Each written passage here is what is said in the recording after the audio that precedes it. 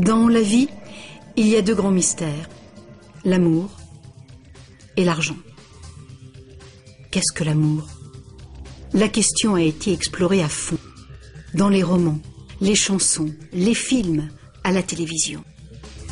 Mais pas la question, qu'est-ce que l'argent?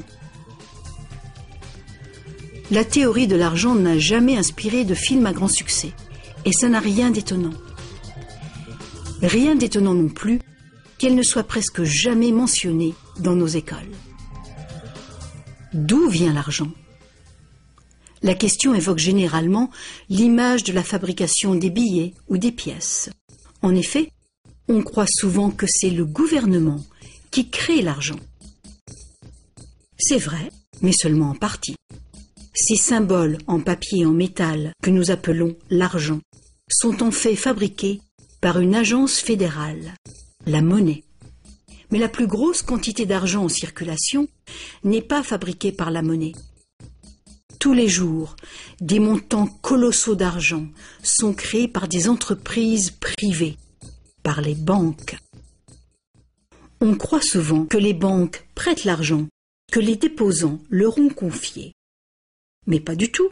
En fait, les banques créent l'argent qu'elles prêtent, pas à partir de leurs bénéfices, ni à partir de l'argent déposé, mais directement à partir des promesses de remboursement faites par les emprunteurs. La signature d'un emprunteur l'engage à payer le montant de son emprunt plus des intérêts. Sinon, il perd la maison, la voiture ou tout autre bien qu'il a acheté. C'est une très lourde obligation pour l'emprunteur. En contrepartie, que fait la banque? Elle crée le prêt par un tour de passe-passe. Elle l'inscrit au compte de l'emprunteur. Ça vous semble un peu exagéré? Impossible, direz-vous? Voyons un peu comment ce miracle bancaire se produit.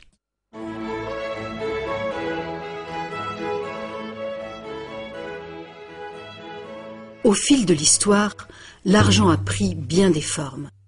Il fallait simplement que l'argent soit portable et qu'un nombre suffisant de gens soient confiants de pouvoir l'échanger contre des choses de valeur bien réelles, comme de la nourriture, des vêtements ou une maison.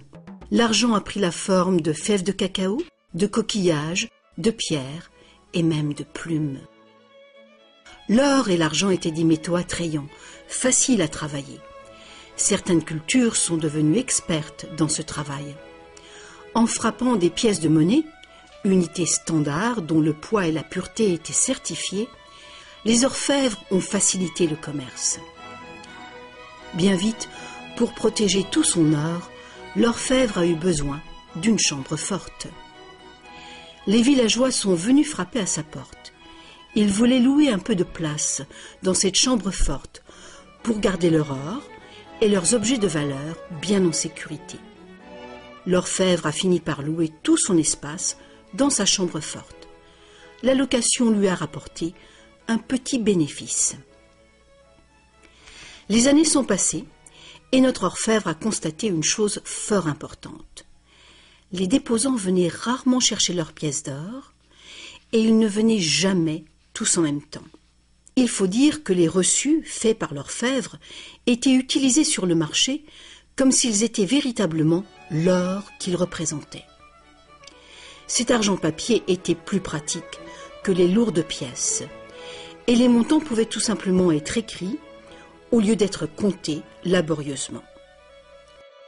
Entre-temps, l'orfèvre a commencé une autre affaire. Il s'est mis à prêter son or en demandant des intérêts.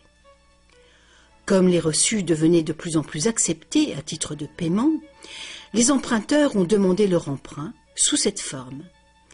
Et comme l'industrie prenait de l'expansion, de plus en plus de gens ont demandé des prêts à l'orfèvre. Alors, l'orfèvre a eu une idée plus géniale encore. Il savait que ces déposants venaient rarement chercher leurs pièces d'or. Il a donc pensé qu'il pouvait faire des prêts couverts par l'or de ces déposants.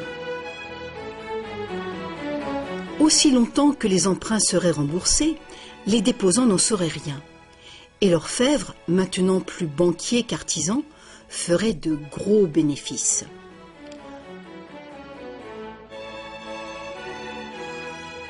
Pendant des années, en secret, l'orfèvre a tiré de bons revenus des intérêts sur les dépôts de ses clients. Maintenant gros prêteur, il devenait sans cesse plus riche et il commençait à étaler ses richesses. Les gens l'ont alors soupçonné de dépenser l'argent de ses déposants. Ensemble, ils l'ont menacé de retirer tout leur or si l'orfèvre ne s'expliquait pas sur sa richesse si soudaine. Contrairement à ce qu'on pourrait croire, la situation n'a pas tourné au désastre pour l'orfèvre. Malgré sa duplicité, il a pu montrer que les déposants n'avaient rien perdu. L'or était toujours en sécurité dans la chambre forte. Au lieu de reprendre leur or, les déposants ont demandé à l'orfèvre, devenu leur banquier, de leur verser une partie des intérêts. C'est ainsi que les banques sont nées. Le banquier payait un taux d'intérêt bas sur les dépôts et il faisait payer un dépôt d'intérêt plus élevé sur les prêts. La différence couvrait les frais de fonctionnement et ses bénéfices. La logique du système était simple comme bonjour et semblait être un moyen raisonnable de satisfaire la demande de crédit. Mais les banques ne fonctionnent plus du tout comme ça. L'orfèvre banquier n'était pas du tout satisfait du revenu qui restait après le partage des bénéfices avec ses déposants. La demande de crédit a augmenté rapidement, mais ses prêts restaient limités par le montant d'or dans la chambre forte. Alors, une idée plus géniale encore lui est venue à l'esprit.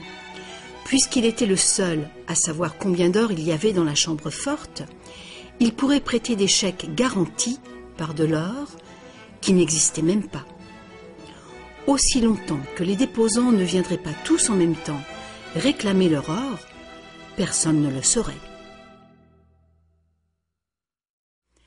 Ce nouvel arrangement fonctionnait à merveille et le banquier est devenu immensément riche avec les intérêts payés sur de l'or inexistant. L'idée que le banquier puisse créer de l'argent à partir de rien était trop outrageuse. Longtemps, personne n'a rien soupçonné. Mais le pouvoir d'inventer de l'argent est monté à la tête du banquier. Bientôt, l'importance des prêts et l'opulence du banquier ont déclenché de nouveaux soupçons. Certains emprunteurs ont demandé de l'or véritable plutôt que des chèques, et les rumeurs ont monté. Plusieurs déposants fortunés sont venus réclamer leur or. La fin du jeu était proche. Une foule de gens, brandissant des chèques, se sont rassemblés devant les portes closes de la banque. Hélas, le banquier n'avait pas assez d'or pour couvrir tout l'argent papier qu'il avait émis. Pour la première fois, il y avait une ruée sur la banque. Et c'est un phénomène qui épouvante tous les banquiers. Ce phénomène de retrait massif a ruiné des banques individuelles et a endommagé la confiance du public envers les banquiers. Il aurait été simple alors d'interdire cette pratique de créer de l'argent à partir de zéro. Mais les immenses crédits offerts par les banquiers étaient devenus essentiels à l'expansion du commerce européen. La pratique a donc été légalisée et réglementée. Les banquiers ont accepté de respecter des limites sur les montants d'argent fictifs qu'ils pouvaient prêter. Mais ces montants fictifs restaient bien supérieurs à la valeur réelle de l'or déposé dans la chambre forte. Bien souvent, le taux était de 9 $ fictifs pour 1 $ en or. Des inspections surprises permettaient de faire respecter ces réglementations. Un arrangement a aussi été conclu. En cas de ruée sur une banque, les banques centrales soutiendraient les banques locales en leur prêtant de l'or. La bulle du crédit, créée par les banquiers, ne pourrait pas crever et le système ne pourrait pas s'effondrer, sauf s'il y avait beaucoup de ruées sur les banques en même temps.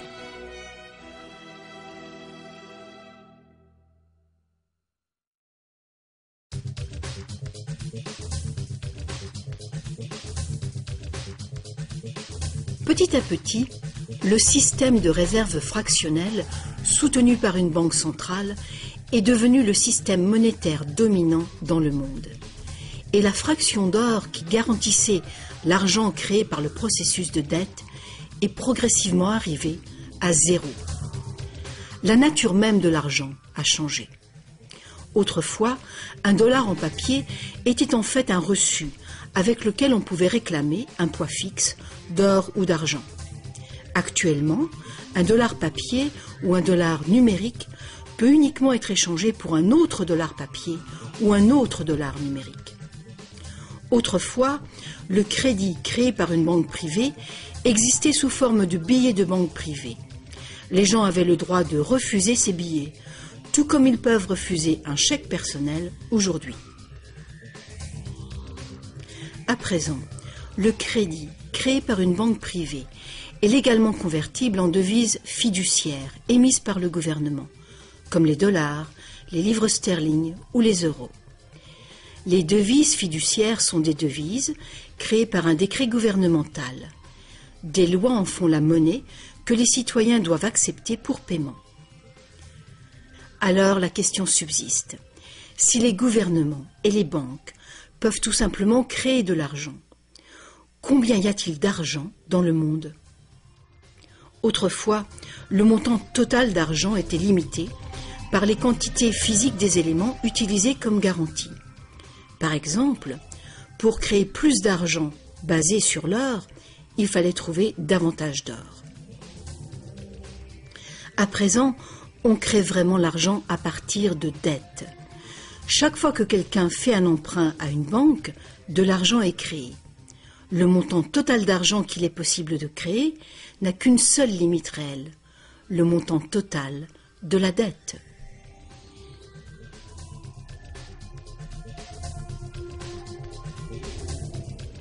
Les gouvernements placent une limite légale sur la création d'argent fictif, en imposant des règles sur les obligations de réserve fractionnelles.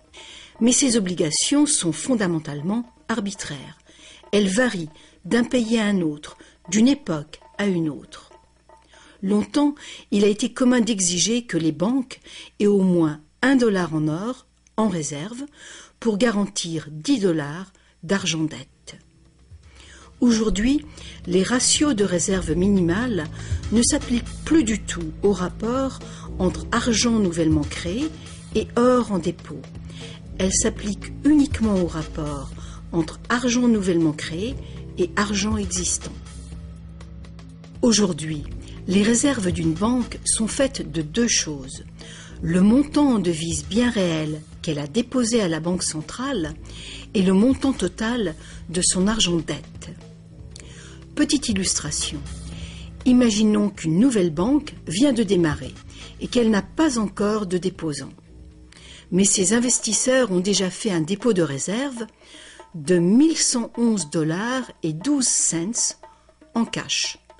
Le ratio de réserve est de 9 pour 1. Étape numéro 1. La banque accueille son premier client pour un emprunt. Notre client a besoin de $10 000 pour une voiture d'occasion. Avec un ratio de 9 pour 1, la réserve déposée autorise la banque à créer légalement, comme par magie, 9 fois ce montant, soit $10 000. Ces $10 000 n'existent nulle part physiquement. C'est de l'argent nouveau, tout simplement versé au compte de l'emprunteur en tant que crédit. C'est de l'argent dette. L'emprunteur peut faire un chèque pour payer sa voiture. Étape numéro 2. La vendeuse de la voiture dépose les $10 000 d'argent nouveau à sa banque. Contrairement à l'argent déposé à la banque centrale, cet argent nouveau ne peut pas être multiplié par le ratio de réserve. Il doit être divisé par ce ratio.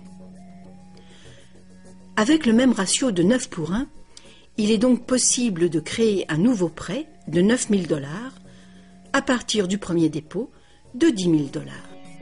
Étape numéro 3.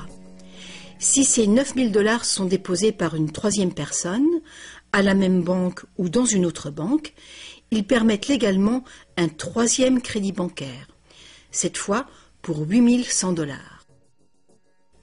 Comme les poupées russes, qui s'emboîtent et deviennent toujours plus petites, chaque nouveau dépôt peut mener à un prêt toujours plus petit, et cette série décroissante est infinie. Par contre, si l'argent fictif créé par l'emprunt n'est pas déposé à la banque, le processus s'arrête.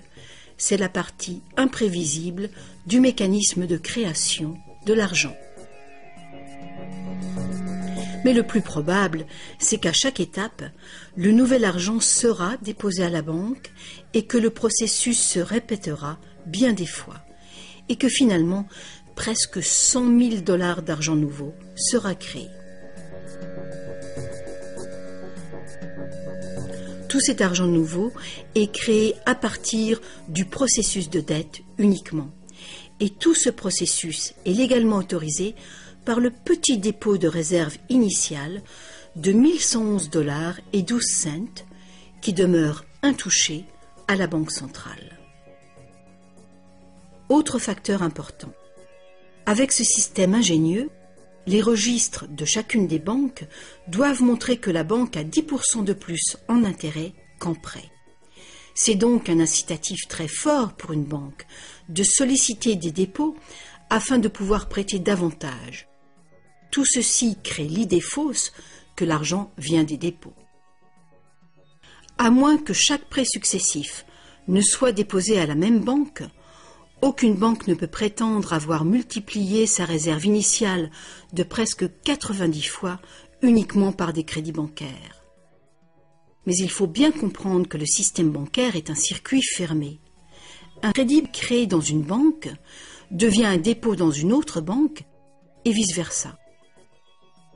En fin de compte, l'effet est grosso modo le même que si tout se passait dans une seule et même banque. En résumé, la réserve initiale d'un peu plus de 1111 $ à la Banque centrale permet de récolter des intérêts sur des sommes allant jusqu'à 100 000 $, que la banque n'a jamais eu. Ça vous semble absurde? Écoutez un peu. En quelques décennies, à cause du lobbying féroce des banques, les obligations de réserve ont quasiment disparu dans plusieurs pays. Et les ratios actuels de réserve peuvent être bien plus élevés que 9 pour 1. Pour certains types de comptes, 20 pour 1 et même 30 pour 1 sont tout à fait communs. Plus récemment encore, les banques ont trouvé le moyen de complètement contourner les obligations de réserve en faisant payer des frais de dossier en plus du capital prêté. Alors, bien que les règles soient compliquées, la réalité est toute simple. Les banques peuvent créer autant d'argent qu'on est capable d'en emprunter.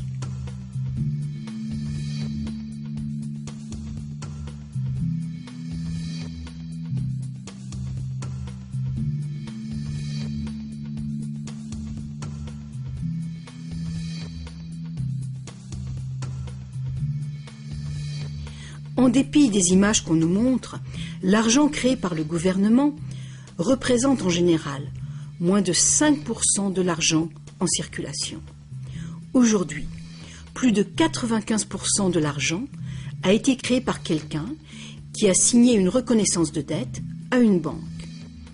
Ces crédits bancaires apparaissent et disparaissent en quantité phénoménale tous les jours, au fur et à mesure que des prêts sont accordés ou remboursés.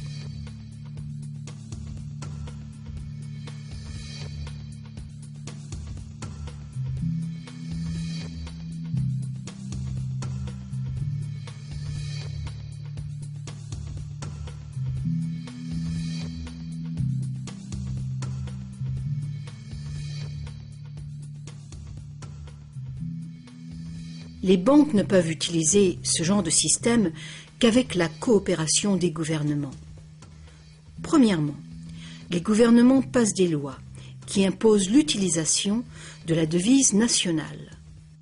Deuxièmement, les gouvernements permettent que les crédits créés par les banques privées soient payables dans leur devise nationale. Troisièmement, les cours de justice gouvernementales font respecter les obligations de paiement des dettes. Et enfin, les gouvernements adoptent des règlements qui assurent le fonctionnement et la crédibilité du système monétaire sans rien faire pour informer le public de l'origine véritable de l'argent.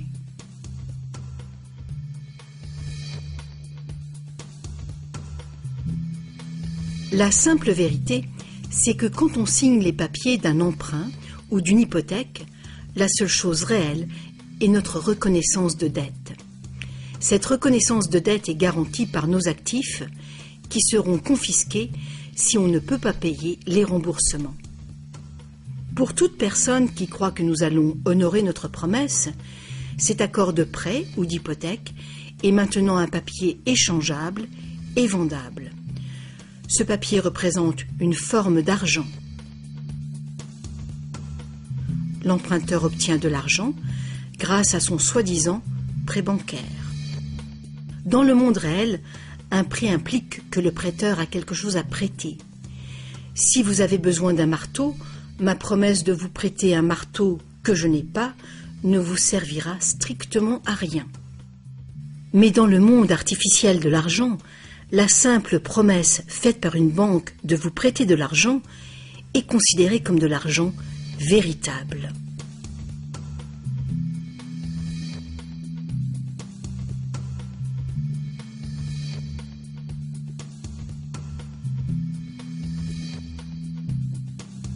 Ici encore, la vérité est simple. Sans le document signé par l'emprunteur, le banquier n'a rien du tout à prêter. Est-ce que vous vous êtes déjà demandé comment tout le monde, les gouvernements, les entreprises, les familles, peut être endetté en même temps et pour des sommes aussi colossales?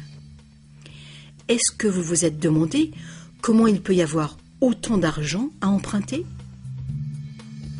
Maintenant, vous le savez. Il n'y en a pas. Les banques ne prêtent pas l'argent. Elles le créent. Et c'est de l'argent dette. Comme la dette est potentiellement illimitée, la quantité d'argent créée est illimitée, elle aussi. Mais l'inverse est vrai également. Vous n'êtes pas étonné qu'en dépit de toutes nos ressources, toutes nos inventions et toute notre productivité, nous soyons presque tous si lourdement endettés, aussi bien les gouvernements que les entreprises et les particuliers? Ah, si seulement les gens cessaient de se demander comment est-ce possible? Comment se peut-il que les gens qui produisent toute la richesse réelle soient endettés envers les gens qui ne font que prêter de l'argent, symbole de cette vraie richesse? Le plus étonnant, c'est qu'une fois que nous réalisons que l'argent est en fait une dette, nous comprenons que sans dette, il n'y aurait pas d'argent.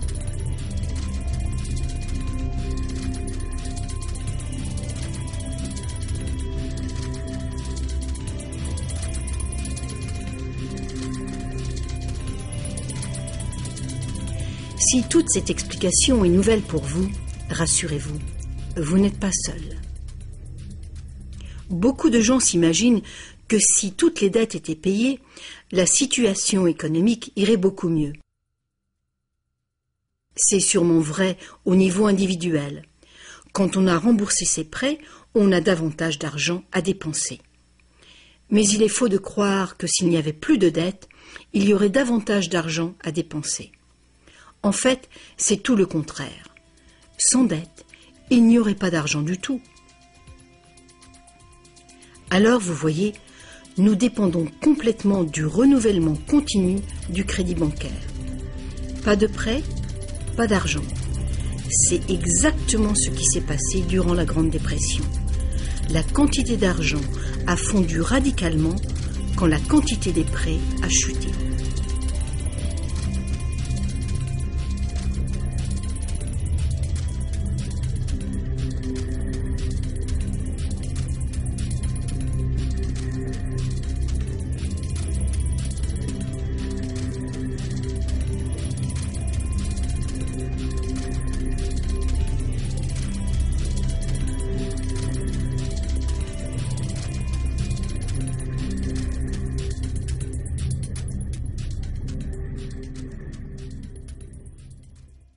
Il faut bien souligner que les banquiers créent uniquement le montant du principal. Ils ne créent pas l'argent qui sert à payer les intérêts. Alors, d'où vient cet argent? Le seul endroit où les emprunteurs peuvent obtenir de l'argent pour payer les intérêts est l'ensemble des fonds de l'économie générale. Mais presque tous ces fonds ont été créés de la même façon, à partir de crédits bancaires. Donc partout, il y a des emprunteurs qui se trouvent dans la même situation. Ils cherchent désespérément l'argent pour rembourser le principal et les intérêts dans une réserve globale d'argent qui ne contient que le principal. Il est tout à fait impossible pour tout le monde de payer le principal plus les intérêts, car l'argent des intérêts n'existe pas. Une formule mathématique simple le montre. Le grand problème, c'est que pour les emprunts à court terme, comme les hypothèques et les emprunts gouvernementaux, où les intérêts dépassent de loin le principal, les risques de saisie et donc les dangers pour l'économie sont très grands, à moins de créer beaucoup d'argent pour payer les intérêts. Pour que la société continue de fonctionner, le taux des saisies doit rester bas. De plus en plus de nouvelles dettes doivent être créées pour trouver l'argent qui servira à payer les dettes précédentes. Alors bien sûr, la dette totale augmente, et les intérêts aussi, ce qui cause une escalade exponentielle de l'endettement. Seul le temps qui sépare la création des nouveaux emprunts et leur remboursement empêche le manque d'argent global de mettre le système en faillite. Mais pendant que le monstre du crédit bancaire grossit, le besoin de créer toujours plus d'argent pour le nourrir devient toujours plus urgent. Pourquoi les taux d'intérêt sont-ils si bas? Pourquoi recevons-nous des cartes de crédit que nous n'avons jamais demandées? Pourquoi est-ce que le gouvernement dépense plus vite que jamais? Est-ce que ce ne serait pas pour éviter l'effondrement de tout le système monétaire? On peut donc se demander, est-ce que ça peut continuer infiniment? Est-ce qu'un effondrement n'est pas inévitable?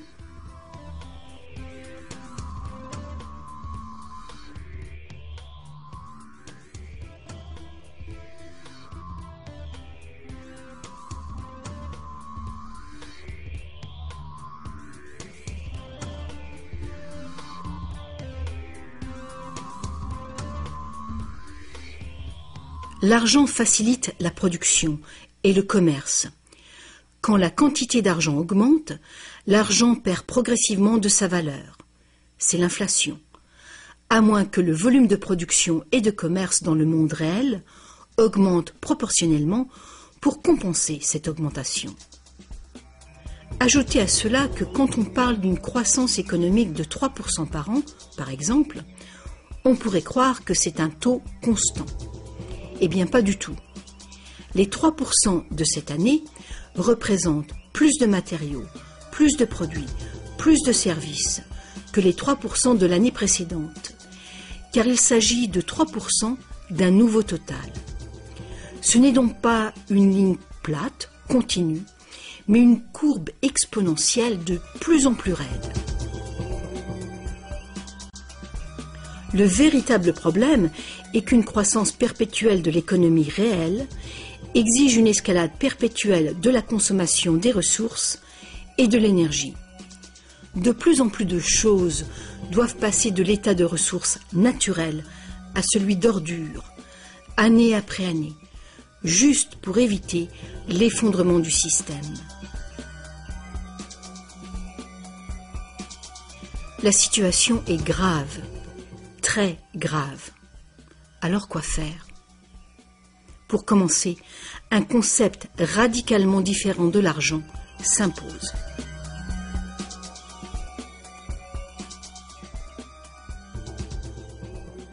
Le temps est venu pour les gens de se poser 4 questions simples et de les poser à leur gouvernement.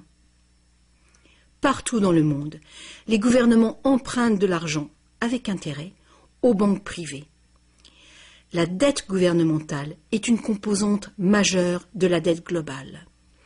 et une énorme partie de nos taxes va au paiement de cette dette. Maintenant, nous savons que les banques créent l'argent qu'elles prêtent et que les gouvernements les autorisent à le faire. Nous savons aussi que les gouvernements créent les devises par décret et qu'ils ont au moins le même droit que les banques de créer leur propre argent. Alors, première question. Pourquoi est-ce que les gouvernements choisissent d'emprunter de l'argent aux banques privées avec intérêt quand ils pourraient créer tout l'argent qu'il leur faut sans intérêt? Deuxième question. Pourquoi créer de l'argent à partir du processus de dette? Pourquoi pas créer de l'argent qui circule en permanence et qui ne doit pas sans cesse être réemprunté pour exister? Troisième question. Comment un système monétaire fondé sur l'accélération perpétuelle de la croissance peut-il servir à construire une économie durable? N'est-il pas évident qu'une croissance en accélération perpétuelle est incompatible avec la durabilité? Et finalement, pourquoi notre système actuel dépend-il entièrement d'une croissance perpétuelle? Que faut-il changer pour créer une économie durable?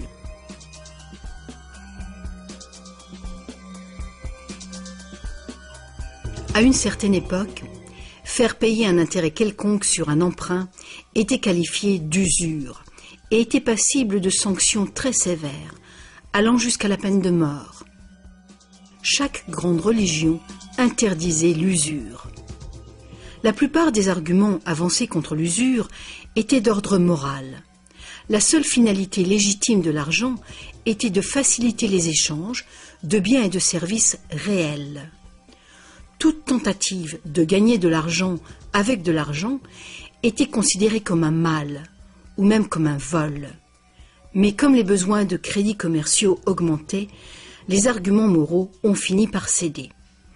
On en est venu à dire que prêter de l'argent constituait un risque pour le prêteur, et qu'il était donc justifié de faire des profits sur un prêt.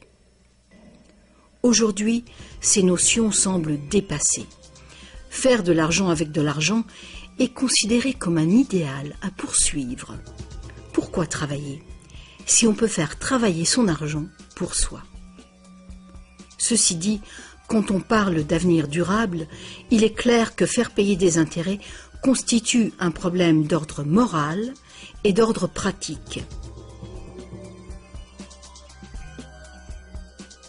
Imaginons une société capable de durer des siècles parce qu'au lieu de piller ses ressources, elle consomme uniquement ce qu'il lui faut dans l'immédiat. On ne coupe pas plus d'arbres qu'il n'en pousse. Toute l'énergie est renouvelable, solaire, gravitationnelle ou géothermique, magnétique ou autre. Cette société vit dans les limites de ses ressources non renouvelables, en réutilisant et en recyclant tout. Et la population n'augmente pas en nombre.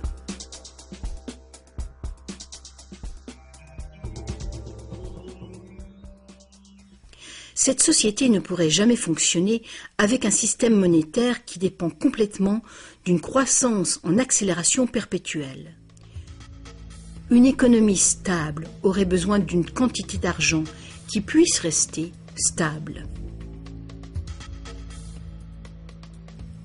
Imaginons que cette quantité totale d'argent stable est représentée par ce grand cercle.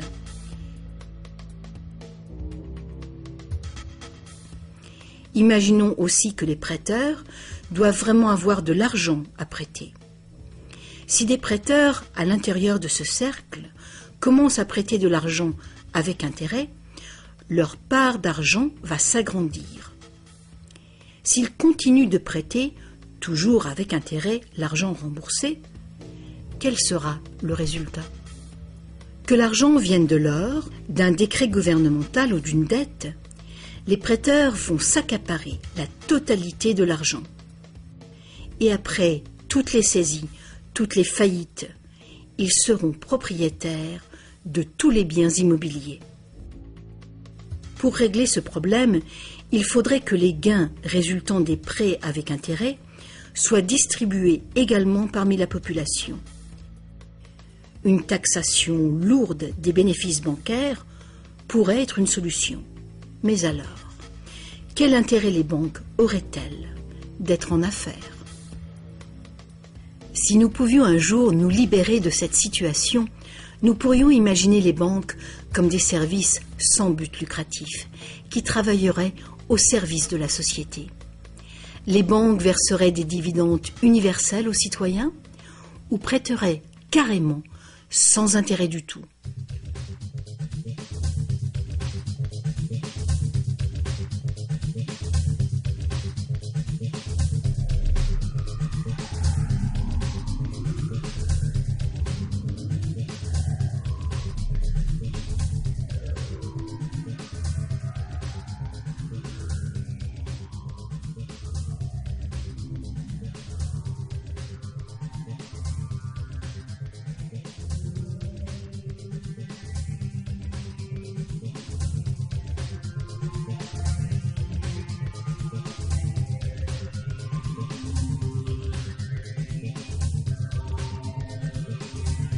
Si tous ces problèmes viennent de la nature fondamentale du système, inutile d'essayer de bricoler le système.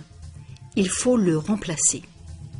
Beaucoup de critiques réclament un retour à l'étalon or, disant qu'il a fait ses preuves de fiabilité. Ils ignorent les arnaques qui peuvent être commises avec l'or.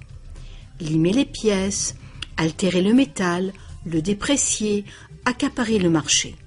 Bref, toutes les pratiques déjà utilisées du temps de l'ancienne Rome qui ont contribué à sa chute.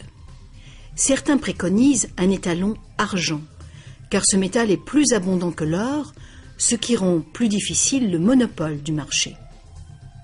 Mais beaucoup de gens questionnent la pertinence de revenir aux métaux précieux. L'idée de porter de gros sacs pleins de pièces n'enchante personne. L'argent papier, l'argent numérique, le plastique, ou plus probablement l'argent biométrique, seront les moyens d'échange. Et ils présentent ce potentiel de créer de l'argent dette en quantité illimitée. En définitive, si l'or était à nouveau le seul étalon, tous les gens qui n'ont pas d'or se retrouveraient tout à coup sans argent. D'autres partisans des réformes monétaires ont conclu que l'avarice et la malhonnêteté sont les principaux problèmes et qu'il y a sans doute de meilleurs moyens de créer un système monétaire équitable et honnête sans passer par l'argent ou l'or. Des esprits inventifs ont proposé une variété d'options. Beaucoup de systèmes de troc privés créent de l'argent dette, mais ils le font ouvertement, sans intérêt. Un exemple est le système de troc où la dette est exprimée en promesse d'heures de travail. Tout travail est évalué de manière égale en dollars qui ont une équivalence en biens réels. Les frais du système sont couverts par des honoraires et non pas par des intérêts. Ce genre de système monétaire peut être mis en place par toute personne capable de concevoir un moyen de comptabiliser et de trouver des participants dignes de confiance. Mettre en place un système de troc local est une bonne mesure de planification d'urgence pour une communauté, même si ce système n'est guère utilisé actuellement. La réforme monétaire, comme la réforme électorale, est un vaste sujet qui exige une volonté de penser autrement et de changer. La réforme monétaire, comme la réforme électorale, ne sera pas facile, car les intérêts puissants qui bénéficient du système feront l'impossible pour conserver l'avantage. Sachant que l'argent n'est qu'une idée, et qu'en réalité, l'argent est uniquement ce qu'on fait de lui, voici une option simple à considérer. Le modèle suivant est basé sur des systèmes qui ont fait leurs preuves en Angleterre et en Amérique, mais qui ont été déstabilisés et détruits par les banquiers et leurs réserves fractionnelles. Pour créer une économie basée sur de l'argent permanent et libre d'intérêt, il suffirait que le gouvernement crée de l'argent et le dépense dans l'économie, de préférence dans des infrastructures durables comme les routes, les chemins de fer, les ponts, les ports et les marchés publics. Cet argent ne serait pas de l'argent dette, ce serait de l'argent valeur, qui aurait la valeur des infrastructures financées. Si ce nouvel argent facilitait une croissance proportionnelle du commerce, il ne causerait pas d'inflation du tout. Mais si les dépenses gouvernementales causaient l'inflation, deux interventions seraient possibles. L'inflation équivaut en fait à une taxe forfaitaire sur l'argent. Que l'argent perde 20% de sa valeur ou que le gouvernement nous taxe de 20%, l'effet sur notre pouvoir d'achat est exactement le même. Vu de cette manière, l'inflation pourrait remplacer la taxation, à condition de rester limitée et d'être utilisée à bon escient. Le gouvernement pourrait aussi choisir de lutter contre l'inflation en percevant des taxes qu'il retirerait ensuite de la circulation, réduisant ainsi la quantité d'argent pour restaurer sa valeur. Pour contrôler la déflation, c'est-à-dire la chute des salaires et des prix, il suffirait que le gouvernement dépense plus et mette plus d'argent en circulation. Sans la concurrence des dettes privées, les gouvernements auraient le contrôle des réserves d'argent de la nation. Le public serait donc qui blâmer si les choses allaient mal. Les gouvernements prendraient le pouvoir ou perdraient le pouvoir en fonction de leur capacité à maintenir la valeur de l'argent. Les gouvernements fonctionneraient surtout grâce aux taxes, comme maintenant, mais ces taxes auraient beaucoup plus de pouvoir financier, puisqu'il n'y aurait plus d'intérêt à payer. Il n'y aurait plus de dette nationale si le gouvernement crée uniquement l'argent dont il a besoin. Notre servitude collective et perpétuelle envers les banques, à cause de la dette gouvernementale, prendrait fin.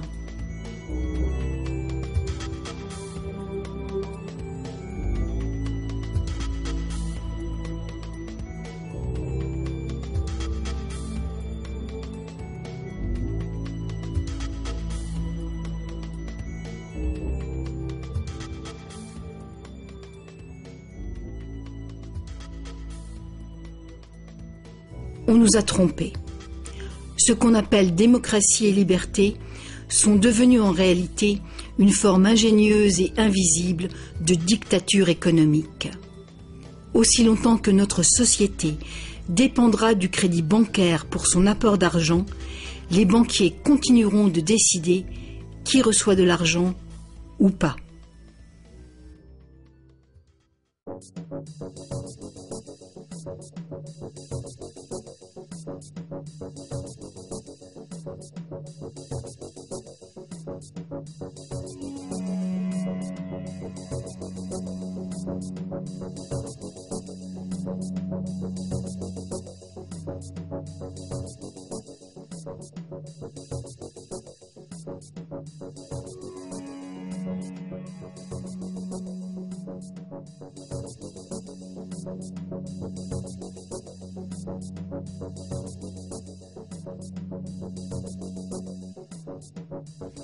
Peu de gens savent aujourd'hui que l'histoire des États-Unis, depuis la Révolution de 1776, a été en grande partie une lutte épique pour se libérer du contrôle des banques mondiales dominées par les Rothschild.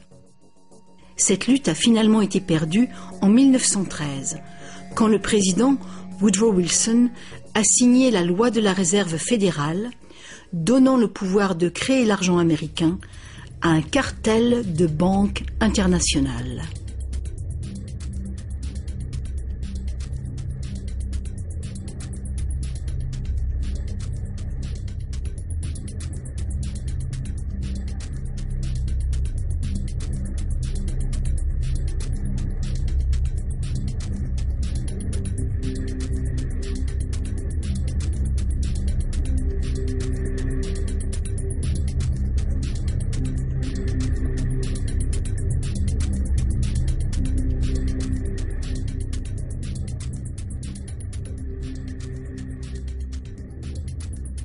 Le pouvoir de ce système est profondément ancré et le silence des médias et du monde de l'éducation à ce sujet est profond, lui aussi.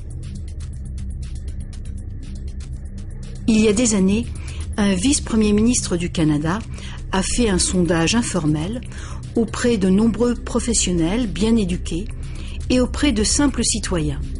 Il a constaté qu'aucun d'eux ne comprenait vraiment comment l'argent était créé.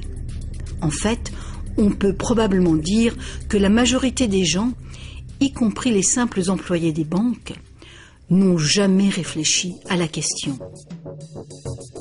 Et vous ?